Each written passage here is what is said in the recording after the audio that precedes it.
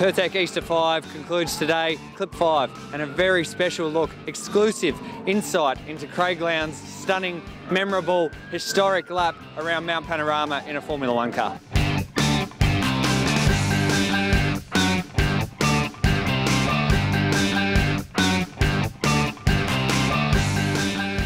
Most thought that a Formula 1 car around Bathurst could never happen, but this man right next to me made it come true. Craig Lowndes took a McLaren Mercedes around the 6.213 kilometre circuit. Craig, you're going to talk us around the track, but first of all, what do you think? Oh, quite amazing. I think that, like you, I think we all had little hope of this all actually coming off, because obviously the nature of the circuit, knowing a Formula 1 car and whether it actually could get through the dipper and a couple of areas where we'd pinpointed. But look, it all come off, we drove the car around and we got away with it. So it was quite an amazing car to drive. It was something that, as a driver, that's the ultimate really for us. It's the category that we all want to go to and aspire to. I'm too old for it now, but still got an opportunity to drive the car. Hit play on this, give us a lap around Mount Panorama. 1 minute 49, I think. Well, yeah, as we're going down the mountain, pitch straight here at the moment, it's the car is quite incredibly fast, but then the brakes are quite sensitive. So try to get a good exit out of here, going up mountain straight. Jensen had told me to, the road crowns a lot, so Jensen told me to get on either side of the crown. So we stayed on the left-hand side, over the hump, down into turn 2. Car was quite flat, quite stable.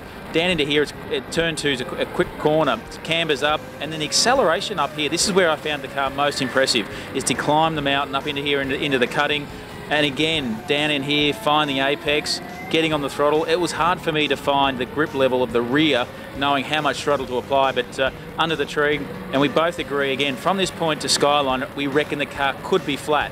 But down looking for that grid, looking for all the pinpoints that we do for a V8 Supercar. Over the crest, again the car was quite stable, down into Skyline, pulling another gear, braking, and we all thought the car would get quite light, but it wasn't. So down into the dipper, and this is the area where we thought would be the biggest drama, but you can see that it wasn't actually too far off our normal race line. But again, the acceleration down here, into Forest Elbow, hard on the brakes, have a little lock up, which I found the limit of the brakes, and then down Conrod Straight. Now this is where the car was probably what I wanted to feel was a terminal speed. It's already on the limiter now, so of course as you went down, the car was geared for the Melbourne Grand Prix, so it was topped out at about 310 k's, about 8 to 9 seconds on the limiter, flat down here into the chase.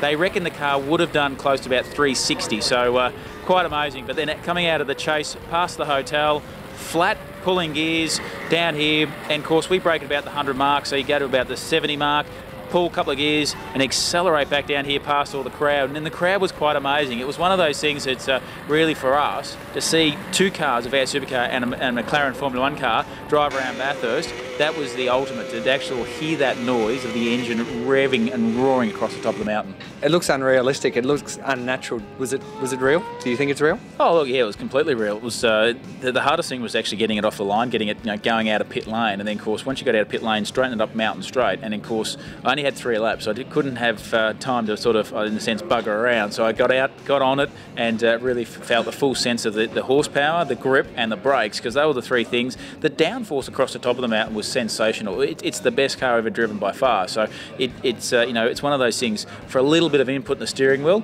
it gives you a lot. Like, it actually was very quite directional, and you can hit your marks so much easier than a V8 Supercar. You got to put a big input into a steering wheel of a V8 and get a little bit back. But this thing was quite incredible. It did everything naturally. It auto blipped, so downshifting, all that stuff. It did automatically. So really, it drove it like a go-kart. Last year, Jamie Whincup drove around Albert Park. This year you drove around Bathurst. What is Vodafone going to do next? They've run out of things to do, I think. Oh, I don't think so. They're keeping that pretty tight-lipped at the moment. Even we don't know what's going to happen, but I believe whatever it is, it's going to be bigger than that again. So we've got to stay tuned. I don't know, as I said. Look, it's one of those things that every year Vodafone trying to find a way to capture, obviously, the media, and they've done it beautifully in the last 2 years. Who knows what's going to happen? I think it's, well, obviously, I know it's going to be Jamie's turn, so we've got to do it in rotation. Whatever he does, I'm going to be asking for more. Certainly a special moment in Australian motorsport. Craig Lowndes around Mount Panorama in a Formula 1 car.